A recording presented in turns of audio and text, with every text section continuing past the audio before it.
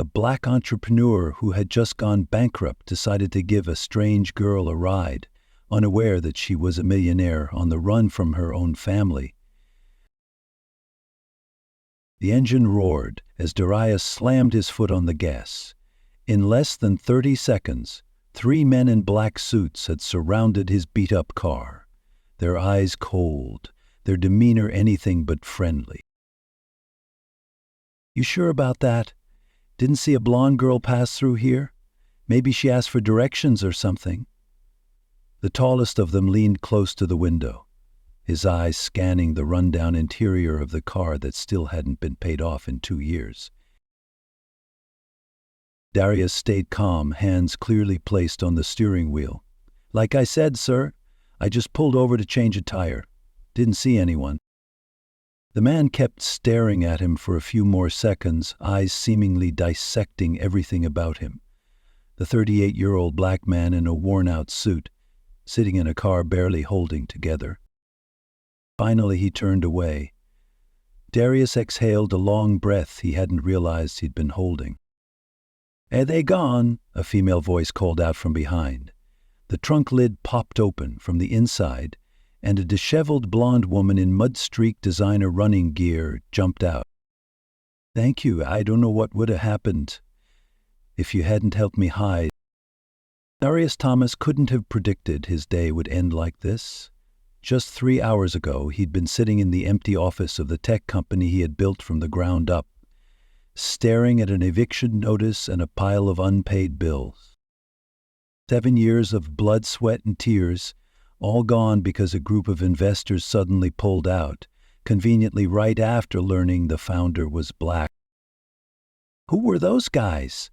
Darius asked, glancing at the woman in the rearview mirror as she climbed into the back seat. "My father's private security," she replied, extending her hand. "I'm Alexandra Winters, but you can call me Alex." Darius Thomas.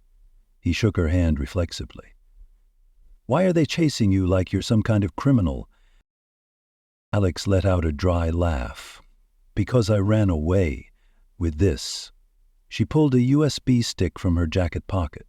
"My father is Richard Winters, CEO of Winters Enterprise. Ever heard of him?" Darius froze. Winters Enterprise, the infamous multi-billion-dollar corporation known for ruthless takeovers, was the very company that had acquired his biggest competitor, boxing his own business into a corner. "Oh, I've heard of them," he said, his tone turning icy.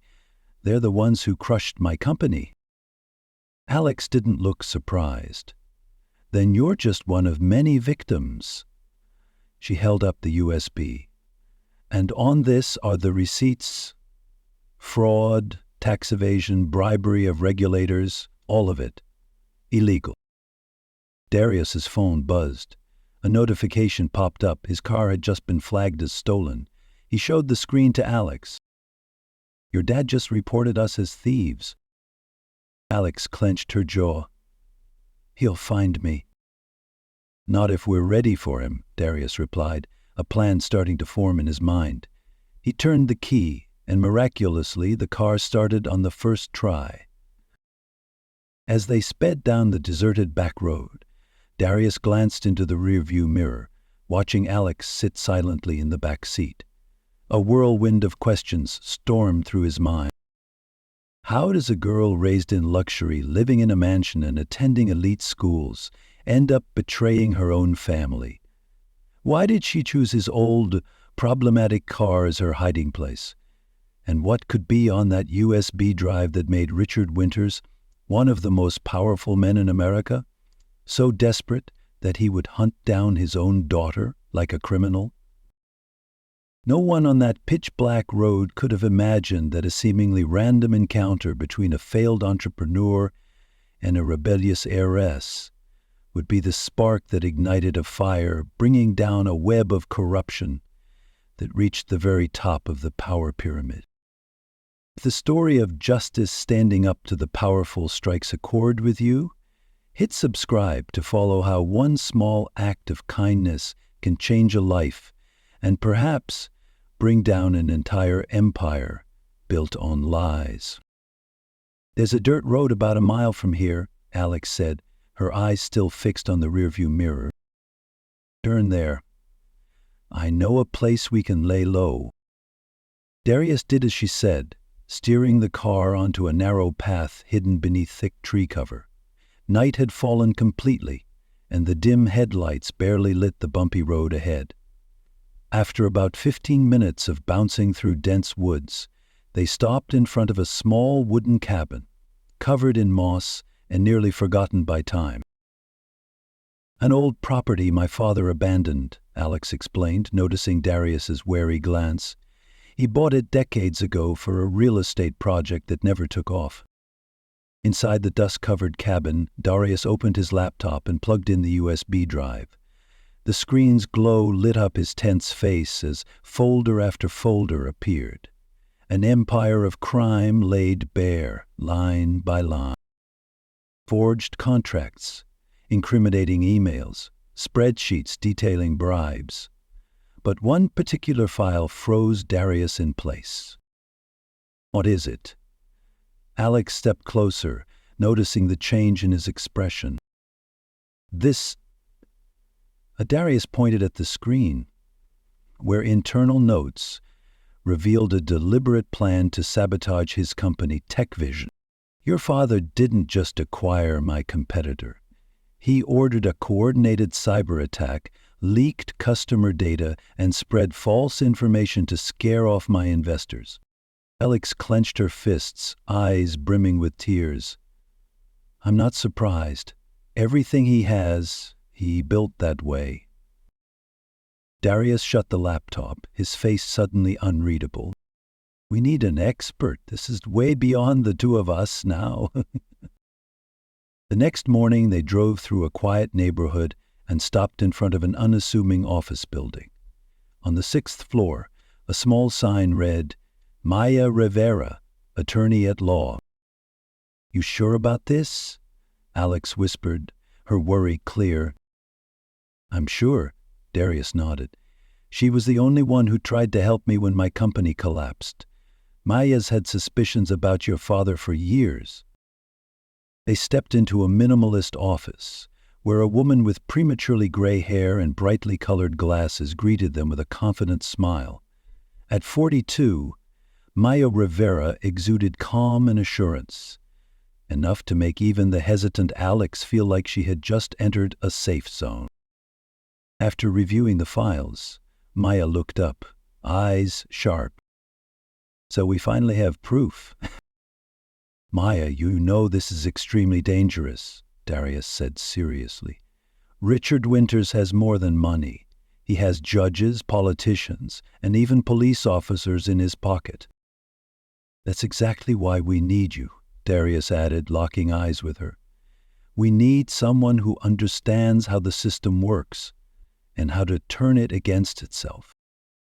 Maya was silent for a few seconds, then gave a resolute smile. "We're going to need more people and an extremely careful plan." At the same time, inside the glass-walled penthouse atop the Winters Enterprise headquarters, Richard Winters was screaming at his head of security. "She's gone? You lost her? She's just a spoiled 26-year-old brat. How hard can it be to find her?" The man across from him was visibly trembling, stammering. "Sir, we've monitored every camera in the city, but she's vanished. We believe someone is helping her." "Oh!" Winters roared. The security officer slid a blurry surveillance photo across the desk. In it, a man was opening a car door for a blonde woman. "Alex." Winters squinted at the image. "Who's this?" "Darius Thomas, sir. Former CEO of TechVision, the company we indirectly acquired last year." Richard scoffed. "That failure? Alexandra really has poor taste. A washed-up businessman who couldn't even keep a mediocre startup afloat." He tossed the photo aside. "Find them and recover that USB before they do something stupid." What Richard didn't know, however, was that while he was busy underestimating them, an unexpected alliance was forming. At a small apartment far from the city center, Maya had called her closest friend, Zoe Chun, a cybersecurity expert who once worked for the government. Together, they, Darius, Alex, Maya, and Zoe, began crafting a detailed plan. Winters Enterprise holds contracts with at least 3 federal agencies, Maya said, pointing at a board patched together with sticky notes and documents. If we can prove fraud in any of those public contracts, not even Richard's connections will be enough to save him. But the issue is their digital firewall, Zoe added, her fingers flying over her laptop keyboard. We'll need direct access to their internal system to link the data from the USB to their live servers. That's when Alex smiled for the first time in days. "I have access." All eyes turned to her. "My father never trusted the IT department. He created a super admit account just for the family and never revoked the credentials." "But we still need one more thing," Darius said, thinking out loud. "We need to make Richard expose himself publicly." Over the next 2 weeks, the team worked relentlessly. Darius sold his last luxury watch, a relic from his glory days, to fund the equipment. Alex used her insider knowledge to map out the company's entire structure. Maya prepared a full stack of legal documentation. Zoe built a secure digital infrastructure to store and organize all the evidence they gathered. A quiet but powerful plot to take down an empire was coming together. No noise, no theatrics, just precision. Their first victory came when they successfully infiltrated the internal email system and uncovered undeniable proof of elaborate tax evasion schemes. The second, bigger and more explosive win was identifying 3 judges who had accepted bribes in exchange for rulings that favored Winters Enterprise. That evening, in the quiet kitchen, Alex found Darius still buried in documents. "Where are you doing this?" she asked softly. You could have turned me in, taken the reward, started over." Darius looked up, his gaze unwavering. "Because some things matter more than money." He paused, then added, "Self-respect, justice, and the chance to prove that this system can work the way it's supposed to, for everyone, not just for people like your father." Alex nodded slowly. "You know, you could have been one of them, wealthy, powerful." "Never," Darius replied with a smile tinged with bitterness. "They'd never let someone like me into their club, not with this skin." And the next day, Richard Winters held a press conference to announce the biggest merger in his company's history, the acquisition of Garner Technologies, a major rival. No one noticed the black man in a modest suit sitting quietly in the last row. And no one suspected that this moment would mark the beginning of the fall of one of the most powerful men in the country. As flashbulbs flickered and reporters scrambled to ask flattering questions, Darius quietly exited the room. On his phone, he typed a message to the group. "Phase 1 complete. He has no idea what's coming." What Richard Winters could never have imagined was that while he preached about business ethics and corporate responsibility, the ordinary people he dismissed were quietly gathering the weapons to expose the whole truth. The man he once called a failure had turned his greatest weakness, being underestimated, into his most powerful weapon. And within 72 hours, the entire world of the powerful elite would be turned upside down. The conference hall at Winters Enterprise was packed for the biggest corporate merger event of the year. Richard Winters beamed in front of the cameras as profit charts flashed across the screens. "This merger is the future of the tech industry," he declared. "Winters Enterprise has always led with integrity and innovation." At that very moment, every phone in the auditorium buzzed simultaneously. An anonymous link appeared, accompanied by the message, The truth about Winter's enterprise. The atmosphere instantly descended into chaos. Let's continue. Richard tried to regain control, but a female reporter spoke up. Mr. Winters, do you have any comment on the documents showing your company deliberately sabotaged smaller competitors, including TechVision? Richard's face went pale. He stammered. From the back row, Darius watched calmly. Maya sat beside him, eyes fixed on the main screen. Ridiculous? Richard forced a laugh. Those documents are fabricated. What about the payments to judges? Another reporter followed up. Or the detailed emails outlining systemic tax evasion? The screens around the hall instantly changed, now displaying one by one emails, internal memos, accounting spreadsheets, all remotely controlled by Zoe and pulled directly from Winters Enterprises' internal servers. Every lie now laid bare.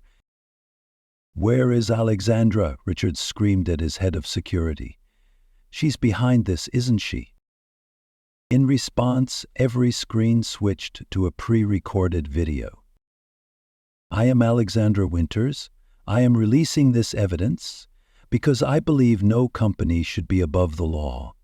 These documents prove years of ruthless business practices, systemic discrimination against Black and Latino entrepreneurs, tax evasion and bribery of the judicial system.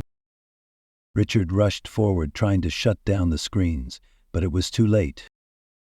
At the back of the auditorium, federal agents quietly entered. Maya had coordinated with the authorities in advance, ensuring that all legal procedures were fully protected. This is a conspiracy, Richard shouted. My daughter is being exploited by jealous enemies. No one is exploiting her.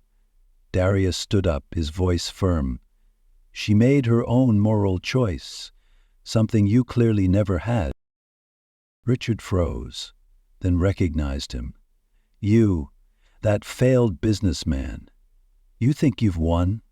You think this will save your pathetic little company? I didn't come here for the company, Darius replied. I came for justice. Not just for me, but for all the entrepreneurs you've ruined, just because they didn't fit your image. The room buzzed. On the screen, Winters Enterprises' stock price was plummeting. You have no idea who you're messing with, Richard whispered, his teeth clenched. I have judges, politicians. Not anymore, Maya interrupted, showing a special legal advisor card from the Department of Justice. All your friends are under investigation. The agent stepped forward with an arrest warrant in hand. Richard Winters, you are under arrest for tax evasion, bribery, and violations of antitrust laws. As he was handcuffed and led away, Richard turned his head, his desperate gaze locked on Darius. You think you've won. This isn't over. It ended the moment you chose profit over ethics, Darius replied. Global media outlets went into a frenzy reporting on the unprecedented scandal in the financial world. The collapse of Winters Enterprise shook the market and sparked investigations across 3 continents. Documents revealed that Richard had deliberately sabotaged companies founded by minorities. Zoe, Maya, and Alex found Darius in a small cafe, far from the media chaos. We did it, Alex said, exhausted but relieved. Now what? Zoe asked. What's next for you, Darius? Exactly what I've always wanted to do, he answered. Build technology that serves people, not just the rich. Are you going to relaunch TechVision? Maya asked, curious. No, Darius shook his head, smiling. Something new. Something I couldn't do before, because the system was closed off to people like me. His phone buzzed. A notification from the Department of Justice about compensation for the affected companies. Justice had begun to restore order. That night, as Richard Winters began his first night in prison, Darius and Alex stood together on the balcony, silently looking out at the city. "How do you feel?" Alex asked. "Is it revenge?" Darius shook his head, his expression calm. "No, it's justice. I feel like there's finally a real opportunity, not just for me, but for everyone like me." Under the shimmering city lights against the night sky, an unexpected bond had formed. A girl born into privilege, daring to reject her family's corrupt empire, and a resilient entrepreneur who had been trampled but never gave up. No one could have guessed that the fall of an empire would become the catalyst for a complete transformation in the business world. And in fact, that was just the beginning. 3 years had passed since the fall of the Winters Empire.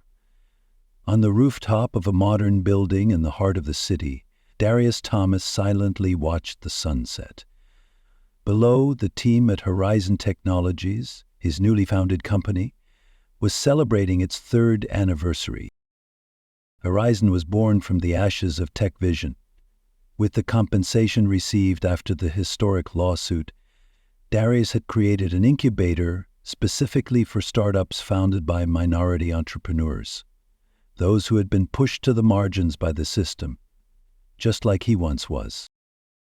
In just 3 years, he had successfully supported 17 startups, creating life-changing opportunities for dozens of talented but forgotten individuals. "You said your live interview will begin in 5 minutes," his assistant reminded him. Darius adjusted his tie and walked to the temporary studio set up on the top floor. The show, titled The New Leaders, celebrated innovative and influential entrepreneurs. Here with Darius Thomas, founder of Horizon Technologies, and also our Entrepreneur of the Year. His story has inspired thousands. From bankruptcy to one of the most influential figures in tech in just 3 years. What's the secret? Darius smiled. "There's no secret. I've just realized. True success isn't about winning alone, but about opening the door so others can walk through too." Meanwhile, far from the city center, in a low-centered prison, Richard Winters sat quietly in front of the small TV in the common area. His once authoritative face now sagged with the weight of failure. The 7-year sentence for corporate crimes was just the beginning. All of his assets had been seized. His reputation had become synonymous with corruption and discrimination.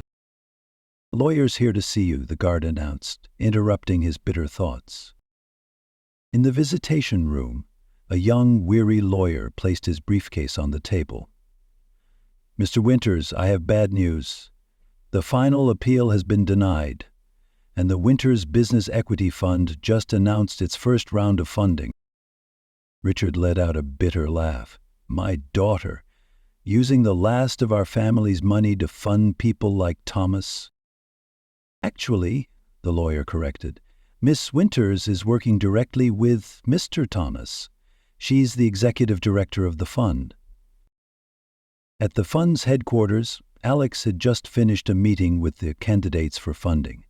After the scandal with her father, she had decided to use her privilege and the remainder of her family's assets to compensate the community her father had harmed. And this time, she had chosen the right side. The fund had selected young entrepreneurs from underserved communities, those who had been abandoned, rejected, or even forgotten by the system, and provided them with funding, mentorship, and valuable connections to start over. "I never thought I'd be on the other side of the review table," Maya Rivera, now a senior legal partner at Horizon, said, as she walked with everyone to the company's anniversary party. "Do you remember when we hid in that wooden house, planning to take down your father?" Alex laughed, a hint of nostalgia in her eyes. "Sometimes I still wonder if I've done enough to make up for the damage my family caused." "There's no such thing as perfect atonement," Zoe Chun, on Horizon's head of cybersecurity, said, "but what matters is the commitment, the commitment to do better. At the restaurant, Darius raised his glass for a toast. Around him were his closest friends, and more than that, dozens of young entrepreneurs whose lives he had touched, pulling them from the shadows of the old system. 3 years ago, we fought against a system that seemed unshakable, he said, his voice full of emotion. But today, we're not just changing the game, we're rewriting the rule book. And this is just the beginning. Late that night, after everyone had left, Darius and Alex remained on the office balcony, looking out over the city lit up by the lights. "Do you ever think about how everything started?" Alex asked. "It all began when you hid in the trunk of my broken-down car," Darius chuckled. "It wasn't fate," Alex shook her head softly. "It was a choice. You chose to help me instead of turning me in. I chose to stand up to my father instead of staying silent. It's our choices that define who we are, not our background or our past." Darius nodded thoughtfully. He deeply understood.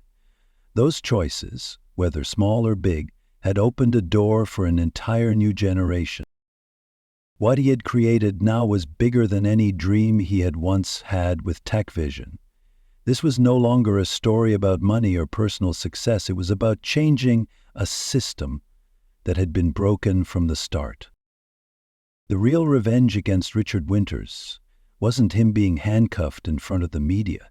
It was in the profound silence that followed, a quiet revolution where people like Darius no longer had to beg for a seat at the table. Because now they were building the table themselves and inviting others to sit down. That truly was the real lesson of this story. Justice isn't just about bringing down the powerful. It's about rebuilding a fairer system from the ashes of the old one. It's about turning pain into motivation. It's about turning rejection into the beginning of a revolution. And sometimes the catalyst for that change comes from the most unexpected places, like the unlikely alliance between a failed black entrepreneur and a millionaire heiress running from her own father. If this story of justice and transformation has touched your heart, make sure to hit subscribe and turn on notifications so you don't miss the next inspiring stories.